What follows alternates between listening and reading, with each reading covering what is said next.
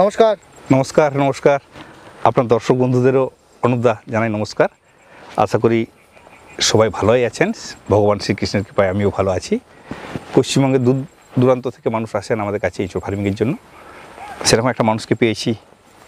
আমি ধনঞ্জয় দাস। আমি আসছি সিঙ্গুর থানার অন্তর্গত নান্দা গ্রাম থেকে। আমি ভিডিওতে এঁচড় গাছ সম্পর্কে যেগুলো দেখেছি সেগুলো দেখে অনুপ্রাণিত হয়ে আমি আজকে এখানে ছুটে এসেছি। তবে এই মুহূর্তে আমার অত জমি রেডি নেই। আমি মোটামুটি 14-15টা গাছ নেবো বলে আমি এসেছি আজকে সকালে। আমি একটা কথা আপনাকে বলি, আপনি যে এত দূর থেকে আসলেন অনেকটা আশা নিয়ে এসেছেন, আমাদের কাছে কিরকম ফলন আপনি দেখছেন? ফলন তো দেখছি ভালোই হয়েছে এবং মন প্রাণ জুড়ে যাওয়ার মতোই ফলন। আচ্ছা, ধরুন একটা গাছে কত করে ফল লেগে আছে বলে মনে হয়? এটাতে কিছু না হলে অন্তত 70 আছে মনে হচ্ছে। গোনা তো হয় না, এখনো ফল ধরবে। এগুলো সব বড় হলে কি 100-র উপর আইডিয়া করছেন? কম বেশি তাই ওই রকম হবে হয়তো। আচ্ছা, এই গাছে কিছু কি ফল বিক্রি হয়েছে বলে আপনি নজর করলেন?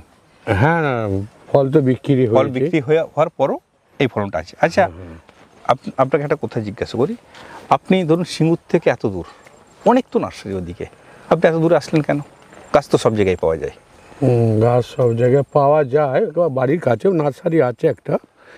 সেগুলো তো ছোটোখাটো নার্সারি, ওরা তো নিজেরা চারা তৈরি করে না, ওরা বাইরে থেকে চারা নিয়ে গিয়ে ওরা বিক্রি করে। মানে ওদের ওখানে আমার অত লোভ নেই।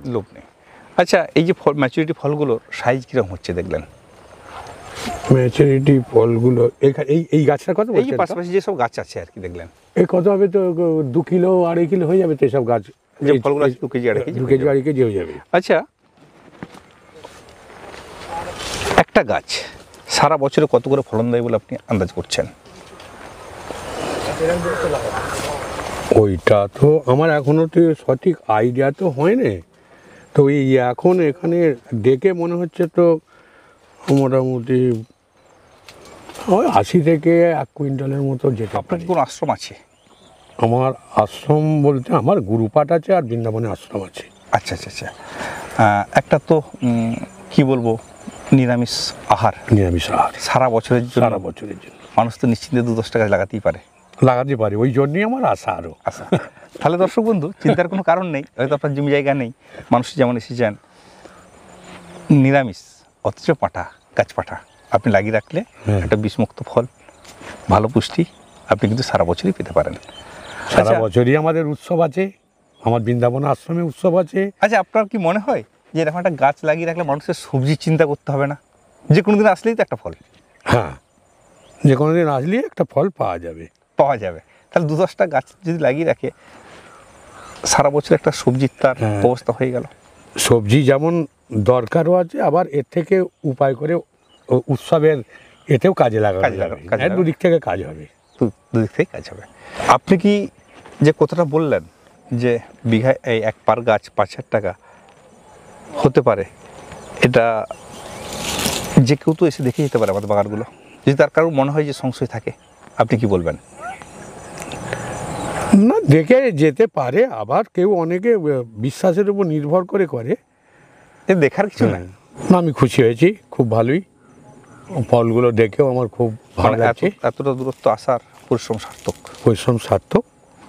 এইবার আমি এখান থেকে চারা নিয়ে গিয়ে আমার জমিতে আমি যখন এবার চাষটা শুরু করব এবং সেখান থেকে কিভাবে ফলটা উৎপাদন হবে তার উপর নির্ভর করে এবার আমার এটা চলছে। ঠিক। আচ্ছা, এই যে গাছ, একটা গাছ থেকে আরেকটা গাছ কতটা দূরত্বে আমাদের লাগানো আছে মোটামুটি?